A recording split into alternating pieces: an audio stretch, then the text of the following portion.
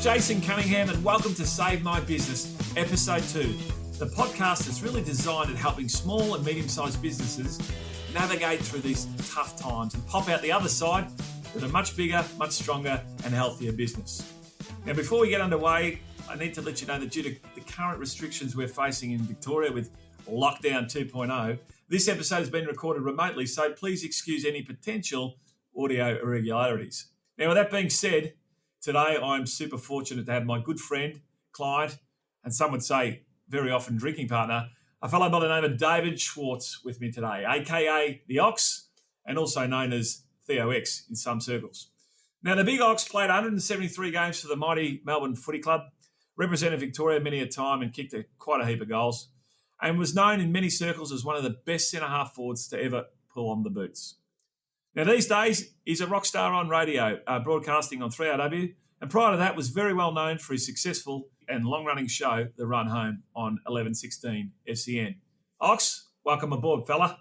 Hello, Jace. Great to be here and great to be involved with you. Now, thanks very much for joining us, Dave. Pleasure. Now, I'm sure there's a question on the minds of many of the people listening to this podcast. Jace, have you gone mad? Why have you got a former AFL champion turned media personality on Save My Business podcast?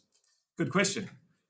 The reason for that is this. I wanted to preface by letting everyone understand that for mine, rather than just focus in business, one of the things that we talk about is how do we adhere or how do we adopt best practice in our industry? Now, for mine, I reckon rather than just having the four walls of our industry, enclose that, why wouldn't we look at best practice across every industry? And I reckon there's a whole heap that small and medium-sized businesses can glean from elite sporting clubs. And the AFL is a passion of mine, and I'm really passionate about the game. I'm an Essendon supporter. We're not going the best at minute, nor have we been for the last 20 years. But I love footy. I love it at local level, and I love it at the elite professional level. And one of the things that elite sporting clubs do, I reckon, better than anyone else is they plan and they plan and they plan. And they plan the game plan and the off-field game plan, if you like, within an inch of its life. And once they get that right, they then engage every stakeholder at the club, both the football players, both the non-playing staff, as well as the admin team. And everybody buys into the plan. Then they practice the plan, they train the plan, then they refine the plan. And if plan A doesn't go according to plan, which is what most plans do, they've got plan B and plan C. They've got plans for different circumstances, how they play the game at home versus how they play the game away at different grounds and different weather conditions. If I put a pause in it right there, if I contrast that with a lot of small businesses, most of us don't even have a plan. And the stats are that somewhere around 80 to 85% of small business owners do not have a plan. And those that do have the wrong type of plan. I think another 10% or so have a plan that's archaic, more than 3, 4, 5 years old. And some that are, new age or whatever, have got a plan but don't share it with any of their team members in fear that they might leak too much sensitive information. Look at the opposite in the elite sporting club. The elite sporting club shares every nuance of their plan with every single team member on the team. And every single team member knows their role and how their role fits in to said plan. And remember, currently I think there's 42 players on the list. We can only roll out 22 every week. So half the people are fighting for someone's job. I mean, it's crazy to think. But if you look at the elite sporting clubs, and if you look at the clubs over the last 15 years, and you take, for example, Richmond, Hawthorn, Geelong, these clubs are crystal clear on their plan. They don't listen to the outside noise. They're not terribly interested in what journalists have got to say about them. And in some circumstances, they don't even look at the scoreboard. They're very clear on the key performance indicators of what they need to achieve game by game, quarter by quarter, minute by minute. And every single player on that team is crystal clear.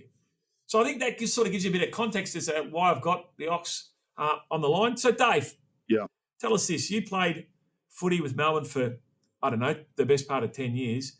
Can you share with us some of your experiences around the game plan and how you as a club and the teammates that you played with, how you adopted to the game plan?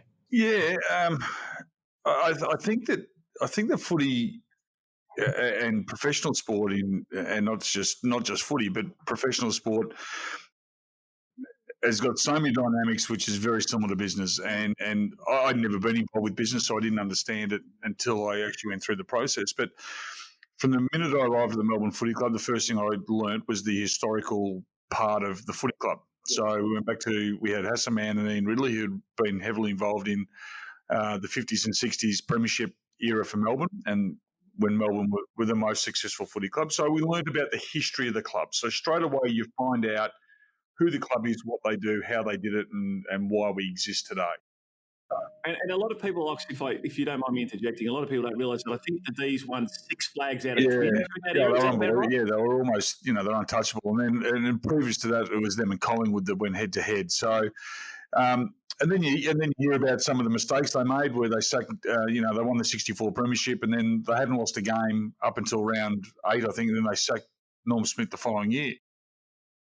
And so you learn about the things they did well and then the things they didn't do so well. And how old were you, Ox, when you arrived at Melbourne Footy Club? I was 14, and that introduction was probably at 15. And then you kind of go through the process, and then you try to fit into the business. You try to be a part of the footy club, and as a young man, you're just trying to establish yourself. So, it's like getting your first job, and you're doing the paper run, or you're filling the photocopier up, or whatever it is. That's what we were doing in the under-19s, and then finally in the reserves. And then you get your taste of senior footy, which I did in 91, and even then you still didn't feel like you belonged. There's a fair bit happening with list positioning. So you're trying to position yourself in front of the boss, which is the coach, to try and get yourself a position in the side as a regular, which was an interesting thing in itself. We had 52 players on the list, so to be seen and to be heard, you had to do things really well. No, you had to do things differently. Who was the coach back then, Ox? John Norley was the coach.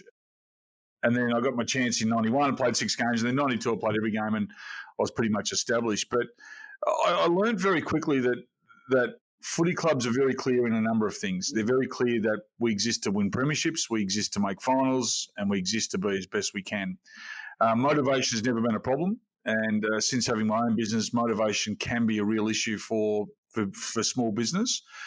But I found at footy clubs, motivation isn't a problem. You've got 30,000 sets of eyes that are watching you from a supporter base. Except during the ski season for Melbourne. Except for June and July for Melbourne supporters. And then you've got the TV audience, then you've got the press, and you've got the radio, and you've got all the other people that have got a vested interest in you. So, but I learned that it's very much like a lot of small business. You've got a marketing department, you've got an accounting department, you've got a PR department. You've then we had a footy department because that's why we existed, because we're a footy team. And we had a medical area. We had all the parts of our business, were relying upon a couple of things. And the things that they were relying upon was you had to recruit good players. Yep. You had to develop good players, and you had to keep good players. And you had to get rid of the rat bags.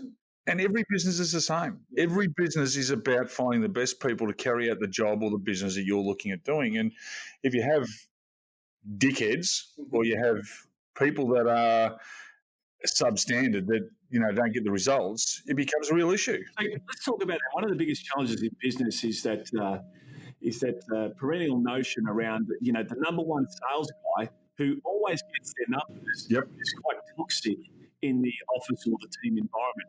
Have you got an example of that happened when you were playing footy? Absolutely. Gary Ablett Senior was the best player that I've ever seen and played against.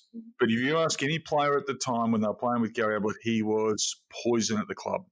And he was poison because he didn't train. Any young kid that came through, he'd snip them for $1 or $2. But he was a lovable rogue, and he would get it done on match day.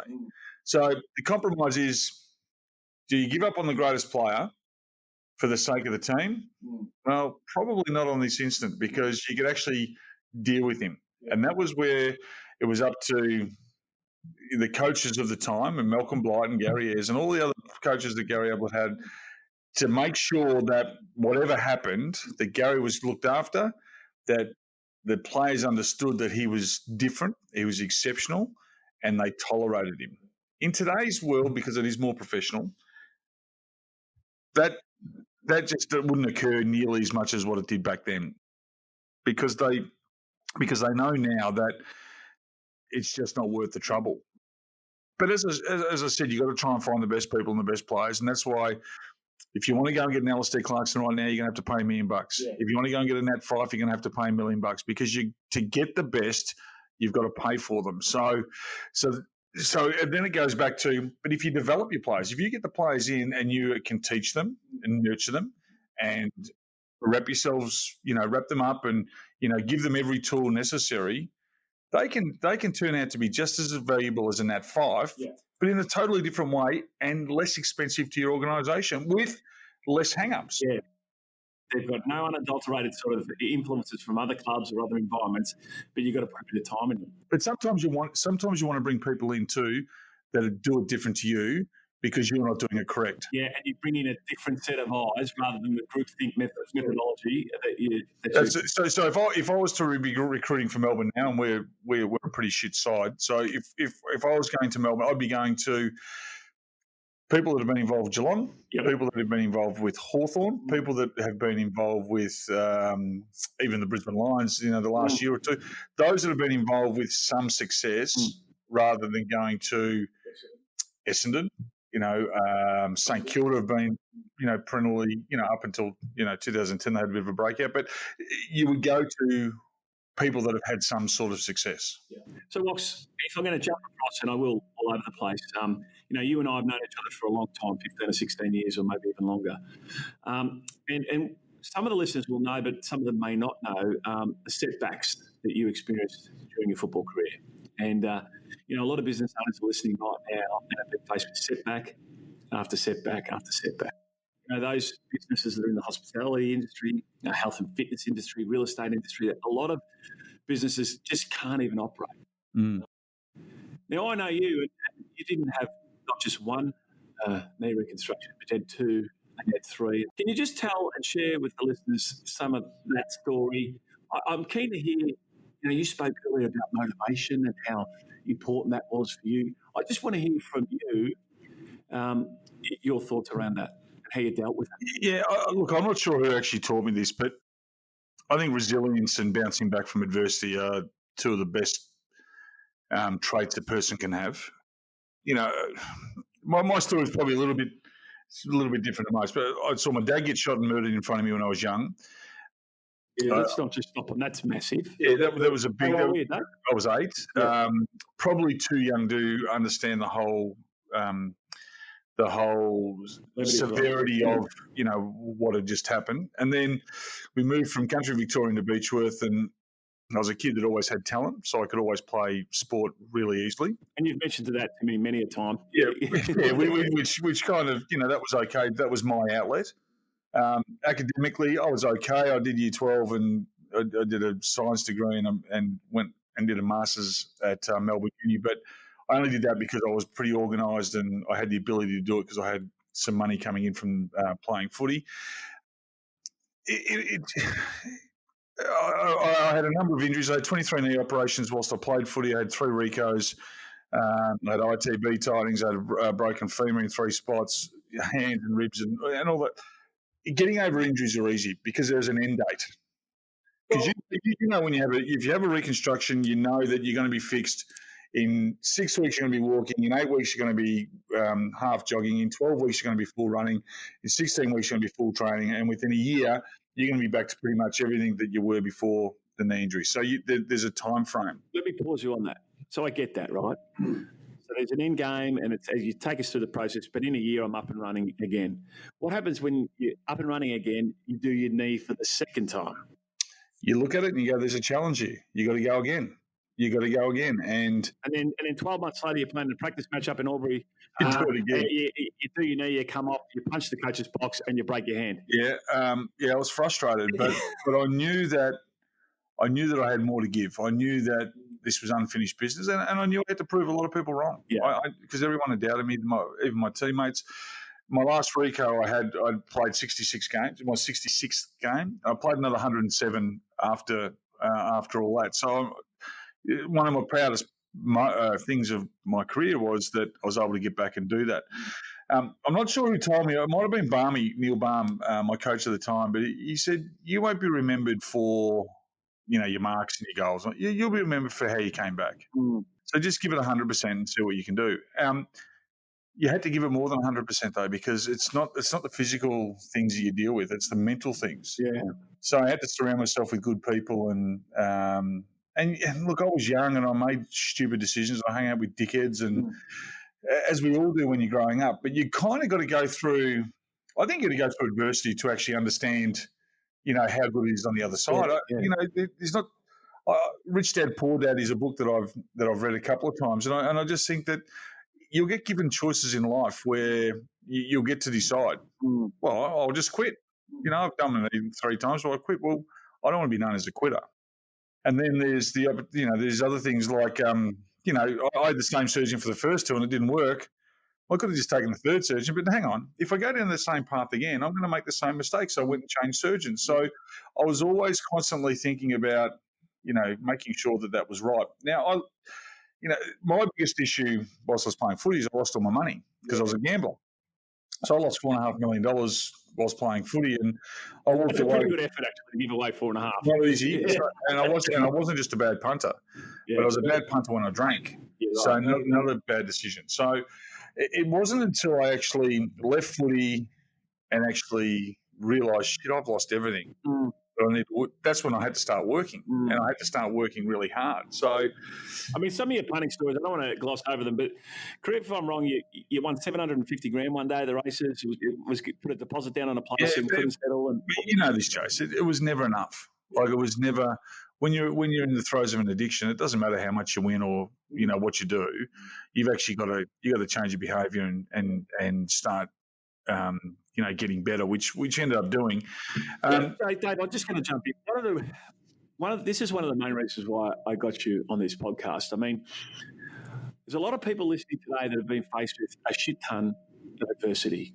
I mean, you're a bloke that was touted as a superstar at the age of 14, arrived at Melbourne Footy Club, got involved in the under-19s at 15, played your first senior game at the age of 19, went through 3 knee surgeries, came back, played another 100+ games of footy, played in a grand final, did all that sort of stuff.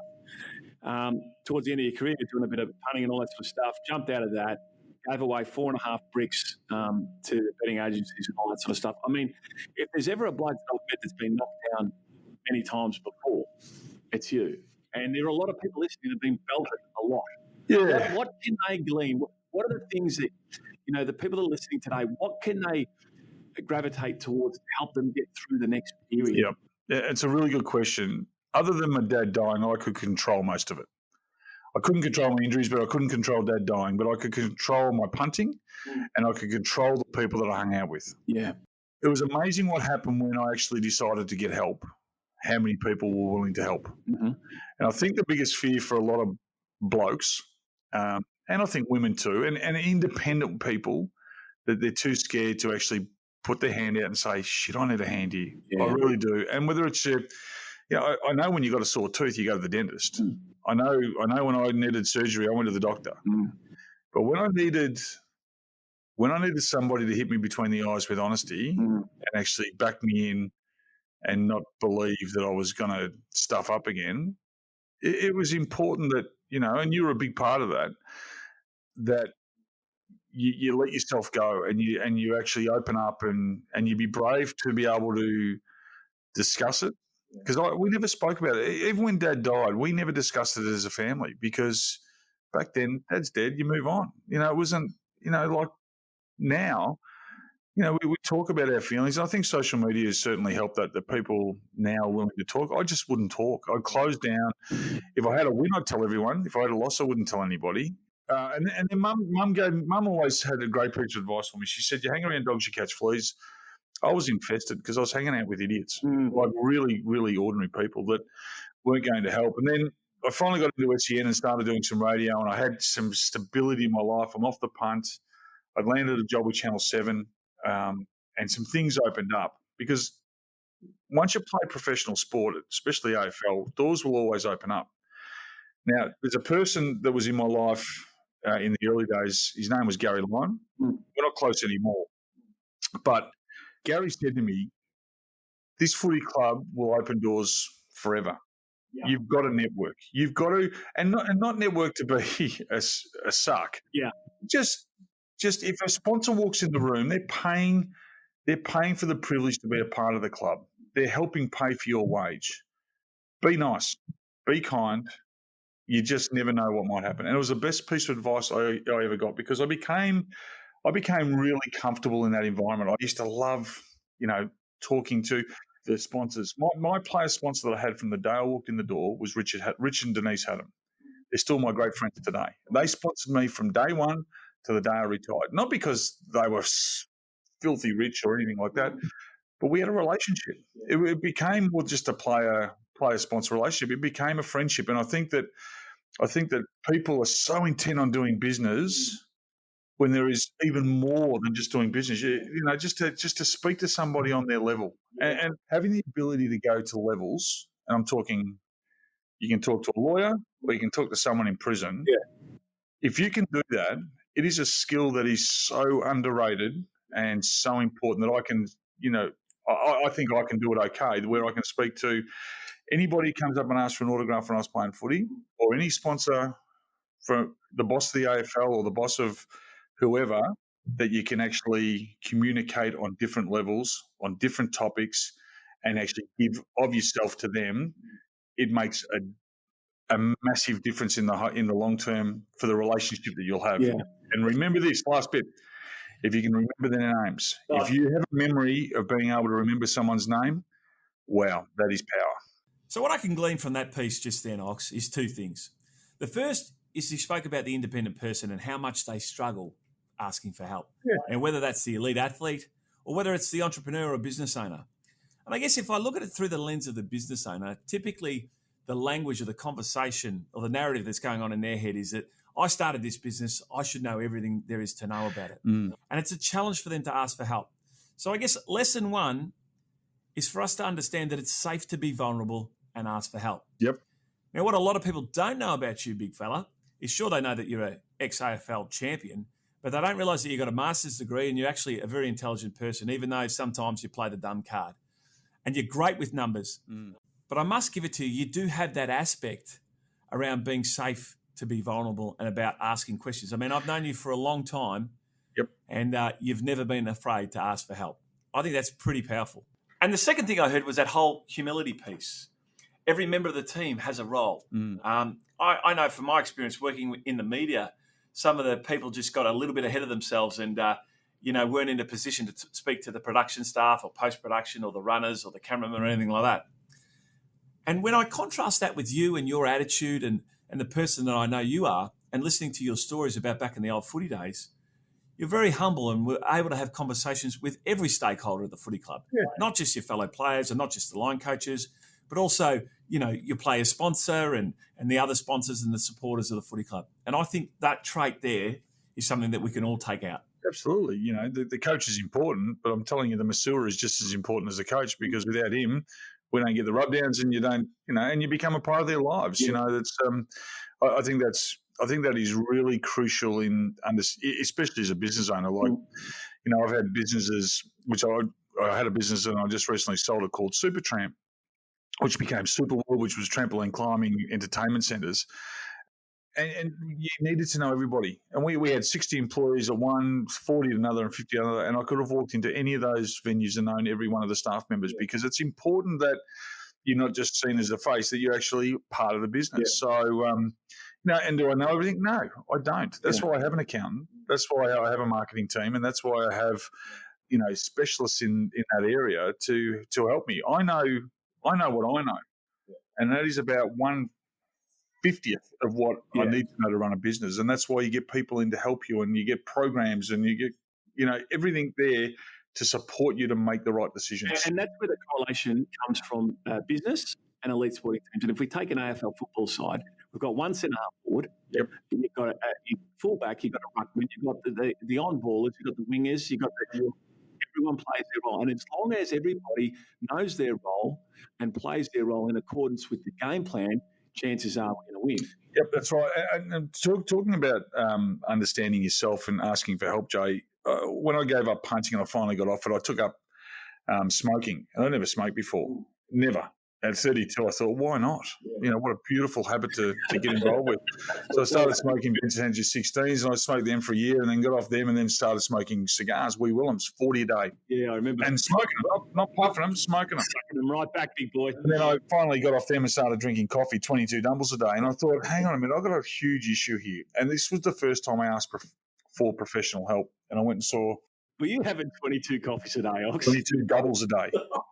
So I go and see this lady named Jan Beams, who I'd been recommended to, Melbourne supporter, and the Beams family in AFL is huge. So another network contact. So I went and saw her, and she said, what's the problem? I said, I can't get off coffee. I was on the smokes. I was on the punt. She goes, you got bigger issues than addiction. Let's go back and talk. So we had a chat, and we started speaking about Dad, and she said, it's like an onion. Over years, you just cover things up and you put another layer on. She said, we've got to get rid of the layers here. We've got to really, get to the bottom of the problem. And, we worked with each other for 18 months, and I walked away from those meetings with her, and I was a different person. I was actually calm. I was in control. I didn't realise I was as anxious as what I was. And I could just see things really, really clearly. My work got better. So after seeing her, things just started to take off. So it was just navigating your way through. Yeah. And then all of a sudden I got to this lady, and she was like the lollipop lady who just gave me the directions that I needed to go and when to stop, and, warning signs, and, and then we put roadblocks in place so I wouldn't fall over and fall over again. So it was just finding the thing that worked for me. And Jan worked for me, and Jan won't work for you and may not work for everyone else, but there will be someone there that you'll find that you get great results with. And when that happens, grab on, hold on tight, and suck as much information out of that person as you can, because the improvement will be enormous. Well, psychologists are becoming more and more commonplace, and people are feeling more and more comfortable having conversations with these professionals. I mean, you crook, you go and see your GP. You got, as you said before, Ox, you got a sore tooth, you go and see the dentist. You got an issue in relation to hamstring or whatever, you go and see a physio, chiro, osteo, whatever it is. And it's becoming more and more commonplace, which is great. Dave, I want to continue on with your story, because I just think it's amazing. As you mentioned earlier, you got out of footy, you hanging around likely types, if you like, and as the old saying goes, typically the average of the 5 people you spend your most time with. You left that group, you landed a job at SCN, you jumped into Channel 7, but the itch was still there, and you spoke about operating in your genius, and you got together with a friend and a business partner, and you set up. At the start, it was Supertramp that grew into Superworld. Just talk us through that journey and how that started and where that ended up, and just share that with the listeners. I had this idea prior to, and there's another business that opened in Melbourne called Bounce, and I'd seen this in America some years before, and I thought, wow, this is a cracking idea, and I tried to find the right partner, and I'd always been told to go into business with someone who has more money than you. Yeah. I don't know who told me that. It might have been you, Jay. I can't remember. It was really good advice. Anyway, I had a partner picked out, and that fell over. And then I happened to fall into a partner, Neville. And Neville was successful in his own rights, and he looked at it, and he said, I'll come back to you. And about 9 months later, he said, yeah, I'm interested. Anyway, so we put down the numbers of what we thought it would do. And as of course, when you're doing it for the first time, the numbers blew out. Yeah. And thankfully, he had deep pockets to do it. But I put the house on the line. We put everything on the line to get this business up and going. And in the first 12 months, we were really concerned. Like the numbers just weren't coming in. And you were doing the books, Jay. It was really hairy, and we had to borrow, and we had to, really stabilise and cut the guts out of it to get it operational. Anyway, year 2, we stabilised. Year 3, we started hitting some good numbers. In year 4, it just took off like you wouldn't believe. And we had a couple more businesses we opened up. And it was going along really well. And then, the partnership, partners have different ideas and beliefs, and I'm not backwards in coming forward. And plus, there was a few other things that you wanted to do. Yeah, and I had another business idea that I was looking at. And anyway, come Christmas time, there was an opportunity where my partner said, I'm happy to buy, look at buying you out. Anyway, I kind of sat on it for a bit, and it was early February, And I was playing golf with a guy, and he said, "Oh, you've been watching this Corona thing?" And I said, "Oh, not really." He goes, and he owns pet stocks. He owns a couple of pet stocks. And he said, "Oh, I'm just a bit worried about it, that, business, activities and, sport is going to be affected because it's going to be about close contact." He said the pet food industry will be okay because people got pets. They're going to keep. So anyway, I thought about it, and then I rang you up, and anyway, we said to Neville, "Yeah, look, we're interested in selling him," and we had a deal done. And COVID hit about a month later, and timing's everything. And we didn't settle, and then we ended up cutting it down significantly because of future earnings, and that weren't there. But what it said to me was timing is important.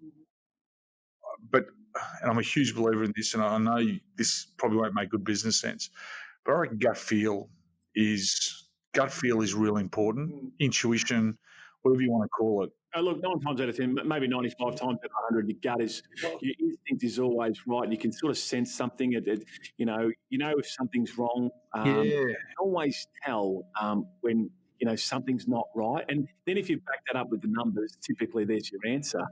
I knew that I was selling out early, and I knew that I was selling out and leaving a lot on the table.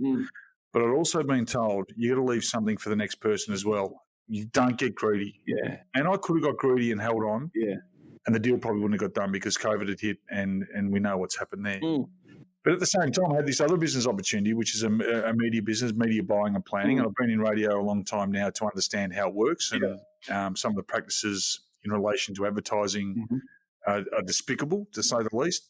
I think people in good faith go into these agreements on and trying to grow their business, and they're steered down the wrong path. So myself and Mark Allen, my co-host, and some really good people are involved, and big hitters within town. And I've always believed, since I've started doing business, you get in a business with the right people that can actually help you, and you can help them. It's got to be a win-win. So these people are, from the footy world, and as Gary Lyon said, doors will always open up. And they're not from Melbourne; they're actually from Carlton.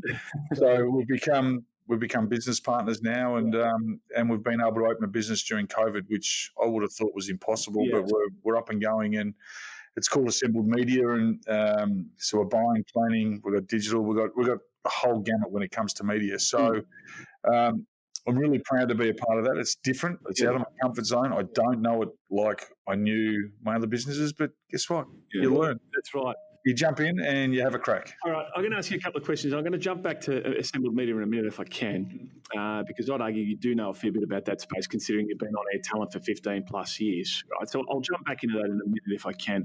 I want to talk about probably the top 3 or 4 reasons why you thought Supertramp and then Super World, why that became so successful. I think I know why you jumped into it, and a lot of people don't know that you used to be a trampoline champion, a bloke that is known as the Ox, 6'5" and 110 kilos, playing weight and all that sort of stuff. Was a I don't know if it was Victorian or national trampoline champion. So talk to us about why you got into it, but why you think it became so successful. What are the 3 or 4 things that you guys did in business that you could mark down as these are the critical success factors of this organisation? Having younger kids, we went to a lot of play centres that were dirty, filthy, and offered 3 things. They offered a ball pit with plastic balls. They offered some slides, and they offered some, big play equipment that had nothing else other than that. The world's a different place to what it was when we grew up. When we grew up, it was go outside, come back in at dark for dinner, and the lights go on in the street, and just do what you want to do. Yeah. Can't do that now. The world is different. There's a lot of idiots out there. There's not as much space. The living is now dense, so we've got 400-metre block rather than quarter-acre blocks, and so there's not as much room. So we identified that playgrounds and indoor activity centres were going to boom, and they were going to be big. And I'd seen the growth in AMF bowling, and that sort of leisure activity was growing. So trampolines, indoor climbing, Ninja Warrior, all that sort of stuff we identified, and we put it together. We got a colour scheme out that we thought was good, which was clean, healthy. It was bright. It was fresh. And we got really lucky because not only that, we had a lot of special needs kids that were looking for an alternative. Indoor, we want to be able to cater from 0 to 80. So we had the little kiddies, and then we had the clip and climb for the elderly, and we had the trampolines for everybody else. Yeah. So we identified it, we put it together, and it just took a long time to establish. But once people became used to it and understood what we were about, it was unbelievable. But there was also some hesitations. It only takes one child or one person to severely injure themselves, and that was a real concern. So, first of all, was safety. We formed a thing called the ATPA, which was the Australian Trampolines Parks Association, so an amusement association. So it was about putting together a group of people that were owning these businesses to ensure that there was a certain standard met. It'd be like an ISO sort of standard. Right. But there was rat bags everywhere. Yeah. So a lot of them didn't want to conform. A lot of them didn't have the money to adjust their parks after they'd built. And I know after you did that your insurance premiums came down significantly. Yep. So we started off really low, and then there was a spike in injuries at a couple of parks, which affected everybody. At the same time, we had the Dreamworld incident, which also affected the industry, which knocked everyone around. So our insurance went from, say, 15,000 to 60,000 overnight, and then I think it went even higher. It might have even got to 90,000 in 1 year. So it blew out. But we just stood by what we believed, and we chaired that body so we could have some sort of control. We went overseas. We continually looked at new technology, and we had a manager. I'm not joking. We fluked the manager who was an ex-athlete himself, who was just so good and was able to pull everything together. Had a great staff, and they say that 15 and 16 and 17-year-old kids are hard to handle. Our kids were just amazing. A great place to work, and we made it enjoyable for them, but at the same time we made them very accountable. And we looked for kids that had spent time at McDonald's. Yeah. Oh, which is a great proving ground, a great training. We wanted them to be able to follow a process. Yeah. We wanted it clean. We wanted the park to look really good. So if you could follow processes at McDonald's, well, our place is like McDonald's on steroids for enjoyment. Because I reckon flipping burgers compared to doing backflips, it's a fair difference. Absolutely. And if I can summarise what you spoke about, you really just touched on again the balanced scorecard. You've focused on your people, getting the right people, whether it be the young kids or the manager. Creating an environment that allows them to be the very best that they can be. You put in place strict protocols and processes that this is the way we do business here at Supertramp. And then you focus on the customer, whether it's the fresh brand, the logo, making sure the park was nice and clean. But also, you didn't just focus on the kid. You actually focused on their parents as well. And you made it an environment that the parents, predominantly mums, would come down, have a coffee, enjoy spending time with each other. Had Wi-Fi, made sure that they were comfortable, had all the papers there, had Foxtel up on the screen so that they could sit there and watch. And so you could watch the footy. Do all that. But you're right. It was about, you walk in there, you don't have to worry about one thing. Yeah. You know that everything's going to be safe. We've got cameras everywhere. We've got, beautiful toilet. Like our toilets were just, the one thing we said, toilets for kids and parents are got to be Mickey Mouse, and we spent a ton on the toilets. And I know they did that at roadhouses actually. When you go up the highway, the roadhouse with the best toilets, always get the truckies and always get people. And our comments on social media were about the toilet. The playground was crap, but I'm telling you now, the toilets, you got to go there for the loos. And a big thing, Ox, that you guys did in your business was that focus and the dedication around the numbers. You would always do a budget every year, then you'd have a rolling forecast, and you'd always have conversations, quite periodic, monthly, you're having conversations around actual performance against budget. Can you tell me how important that was for you guys? Yeah, I didn't know how to read a P&L, and I didn't know how to do a budget and a three-way forecasting prior to meeting Neville, and he was a wizard on it. So he taught me how to do it. It was about adjusting. Don't be scared. Don't be scared to change your budget. Like some people set a budget in June and they don't look at it again until May the following year. We looked at it every week. Every week. We went through the numbers every Tuesday. So our meeting was every Tuesday. Every month, then we had a big monthly where marketing presented, finance presented, and then a team member from the floor. And then every quarter we brought the bank in. We brought, because we had a external marketing arm as well. So we brought them in and everyone presented. So there was the longest we would ever go without knowing where the numbers were was 6 days. Yeah, wow. And you've got to be on top of it because you guys having 3-4 different facilities in the importance that's of that. right. Because if something's going wrong, and our percentages became so tight, we just knew. We knew that because we had some those arcade games, like claws, and we had vibrating chairs. We knew that was 3% of turnover. Now, if we come in and it was down at 1% for the month, we knew why. 3 machines were down. Well, hang on a minute. Why are the machines down? We know where to get them fixed. Go and get them fixed. So you nip it in the bud before it became an issue. And I can't take any credit for that. That was Neville. He drove that. That was his baby. And that's why he's successful, because his attention to detail on the little things didn't amount to become big things. Yeah, my old boss used to say, I'll look after the cents and the dollars will take care of themselves. The other thing is, too, you've got to have a great relationship with your bank. Yeah. If it's good news or bad news, you still got to be in contact with them regularly. There was a period there we were trying to get more money out because we wanted to grow. And we just weren't hitting the numbers. We weren't hitting their criteria. So we had to change. We had to actually work with them to tell us how can we grow with you? How do we do it? You tell us if we're doing our numbers at 3%, which was the interest rate that we're paying, and you're working out the numbers on 7%, we need to know that. So they said, guess what? All the lending we're doing, we base it on 7.7%, because that's the margin that we need when things hit the fan like they are right now with COVID. So thanks for that little segue. One of the things that was remiss of me not to bring up, and I know we spoke about the adversity you've faced with and how you've overcome challenges, whether it be the passing of your father, the 3 knee recos, the gambling addiction.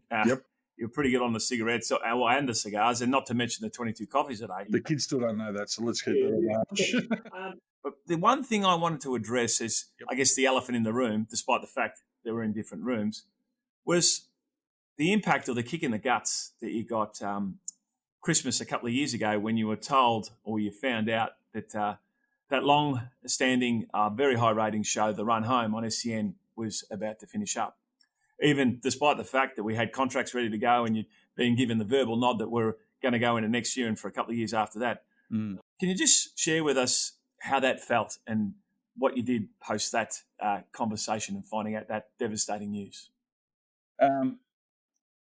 It was hard. It was really, really tough because I was really comfortable. I'd had, we'd had the best ratings for the last 7 years. My show had always rated the highest, and I brought in more money, more revenue than anybody else. And I brought that in because I always thought that radio was a really fickle industry. I'd seen Bridget and Limo get the flick from Gold, and I thought, how can they get the flick? They were the number one rating show when they got the flick. So I thought, no, what I'll do is I'll bolster my position here. I'll bring people in. I'll bring businesses in, get them to sponsor, support, and I'll be the golden child because I'll be the hero because they can't get that money without me. So I had 5 or 6 sponsors that were bringing in about $250,000 each. That were truly from my contacts. So I brought them in, really looked after them and did it really well. Anyway, so we got bought out by a bloke named Craig Hutchison, who owned a company called Croc. Hutch used to live with me many, many years ago, had a falling out, and he got me. He sacked me. I had a contract in place for 2 years, so I was going to go through the courts, and he knew that he didn't have a leg to stand on, but he was willing to roll the dice.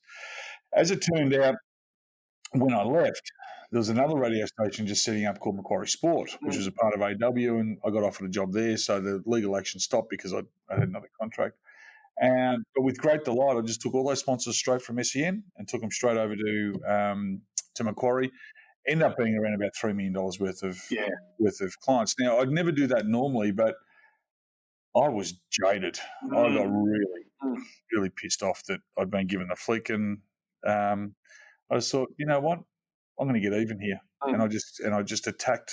I attacked where it hurt, and that was the sponsors. I just went after them all, and then I realised that these people don't necessarily spend money because they want to hear their name on radio. They spend their money because they actually want to be associated with trust and with loyalty. And when the trust and loyalty was not given by SEN, they were as annoyed as what I was, and were more than happy to come across. So, as I said, that relationship building within business is crucial, and it goes much further than just the person and just the values that they've got. It's all encompassing. So and now you find yourself with Macquarie rolling back into AW. Now you find yourself on AW and a lot of opportunities there with you and Marco. And I've got to tell you, it's great listening, right? Then, 6 to 12 months ago, the idea about media buying and assembled media popped into your head, and you surrounded yourself with some pretty impressive sort of rock stars. But again, you did the same sort of thing where everybody brought their own genius to the table. Yep, that's right. And so where's that business at now, and what are you looking to do, and where are you going to take that away? So we're involved with a family that are very, very wealthy here in Melbourne. I'm involved with, I don't think you mind me saying, Mark Lagudisho, who's the president of the Carlton Footy Club. Involved with another guy named Bryce Sokolsky, who owns a business called MaxCap, which are big lenders. Another guy named Craig Hart, who's a lawyer. Always put a lawyer in your team. It saves on paperwork. And Mark Allen and myself. This came about because of Marco, believe it or not. Marco got ill. He got cancer. He was a stage 4 cancer survivor. He had bowel cancer, which then progressed to his lung. And he was having trouble talking on radio. And I thought, this isn't fair that, he's a bloke, he's been my partner for 12 years. He's fighting for his life, and he does right by so many people. And I just thought, we need something to fall back onto here, because we can't keep doing radio forever. We need another fallback position. And this thing was born out of Marco's illness, and also out of getting sacked at SEN, and then Macquarie Sport falling over. And I just thought, no, we need something bigger. We need something more sustainable than talking shit on radio. So we thought, no, let's get involved with these people that need help to, spruik their business and get out there. Now, whether it's on radio or telly or outdoor or above the line or below the line, whatever marketing we're talking about, but we'll help them, and we'll give them a brief, and we'll give them a plan, and we'll tell them that, if they want us to hit 25 to 54-year-old males, well, we're going to find the right spot to do that. So, and at the right price. And at the right price, absolutely. And it's no skin off their nose, because we get paid by by where we place the media, not by the person placing the media. So, we went to work and we put it together, and it just rolled in. And I met this guy, Craig Hart, who's the lawyer, and he's just pulled it all together, and a super, super smart man. He rings around most people I've ever met. He's a doer. He's got compassion. He's got ethics. He doesn't cut corners, and he's calm. He doesn't rant and rave. He doesn't go up and down. He's just level. And when I get ahead of myself, he pulls me into line. And when I get frustrated, he goes, "Just chill. We'll sort it through. There's always a solution." And sometimes in life, you need those people to come along. And like Neville came along at the right time, Craig Hart has come along at the right time as well. And you just got to be able to identify the opportunities when they come your way. You'll always hit crossroads, or you'll hit a fork in the road, and you either go down the good path or you go down the dickhead path. We all know that moment when it's come. Yeah. Everybody, when you've met your partner, your life partner, or, sometimes people go, shit, I went down the wrong path, because it ends up in a messy divorce. But most often you will be able to remember in life where you were when you made a great decision or when you made a shit decision. Yeah. And I'll never forget the COVID decision about Supertramp. I'll never forget that. And it was it wasn't a bad decision, but it was a lucky decision for me. Sometimes in life you need a bit of luck. Yeah, absolutely. Alex, we're going to finish up very quickly. I just want to have maybe 3 or 4, maybe 5 takeaways for our listeners as to what you think are the important things for them to put in their kit bag. The first one, I'm going to help you out here, but the first one I've heard for you that's sort of rung through the whole journey you've shared with us is surround yourself with the right people. What else can we summarise for us to take away? You've got to be honest, and I mean not just telling yourself. You've got to be honest. Yeah. If you look in the mirror and you see a couple of rolls on your waist, you go, "Nah, it should be right." No, you've put on weight, champ. You've got to be honest with yourself, and you've got to be honest with where you are and where you're going. If you can't be honest with yourself, other people won't be honest with you either. Yeah. And you've got to be willing to take feedback. good, bad, or indifferent, Yeah. cop it on the chin. And I've learnt that from sport, that if you put in a good performance, everyone loves a pat on the back. Everyone reads the paper. Everyone, and it used to be funny because I used to go down and have coffee with these two people. They were brothers. And if they played well, my God, they'd buy 8 copies of each of the paper. If they didn't play well, they wouldn't read the paper. They'd rock up in a hoodie. Yeah. They couldn't take the negative feedback. If you are only after good feedback, go and find a half a dozen sycophants and sit them beside you. Yeah. You need to have the ability to take good, bad, or indifferent feedback because it'll help you grow. Once you get the feedback, you've got to be willing to accept it and work on it. Not too much you need to work on good feedback, but on bad feedback, you need to. And if that's about showing more empathy, or if it's about working harder, if it's about your output, if it's about the people, just accept it and work on it. And if you can't work on it, find someone who can help you work on it. Which is my next point: is don't be too scared to ask for help. Put your hand out. People are willing to help, and it's amazing how many good people there are out there. The people that don't want to help, they won't get in contact with you, and you've lost nothing anyway. But the people who will help you, just remember who they are, because they're the true friends and they're the true people you need around you. Yeah, absolutely. And I know I've got one sitting right across the table from me. David Timothy Schwarz, thank you very much for your time today. I really do appreciate it. I know a lot of people can get so much out of that. I'm sitting here today, Jay, because of you and what you've been able to do through me throughout the journey. Because the way we met, where we were going to have a fight in your boardroom, from there it only got better and better and better. And when I'm around you, I feel like I'm a better person, and that's a great skill to have. So thank you. Thank you, Ox. And I do appreciate that. I'm getting a little bit of tear in my eye, but it's only because it's hay fever season. Yeah, Ox, happy birthday to you, son, and thanks again. Pleasure.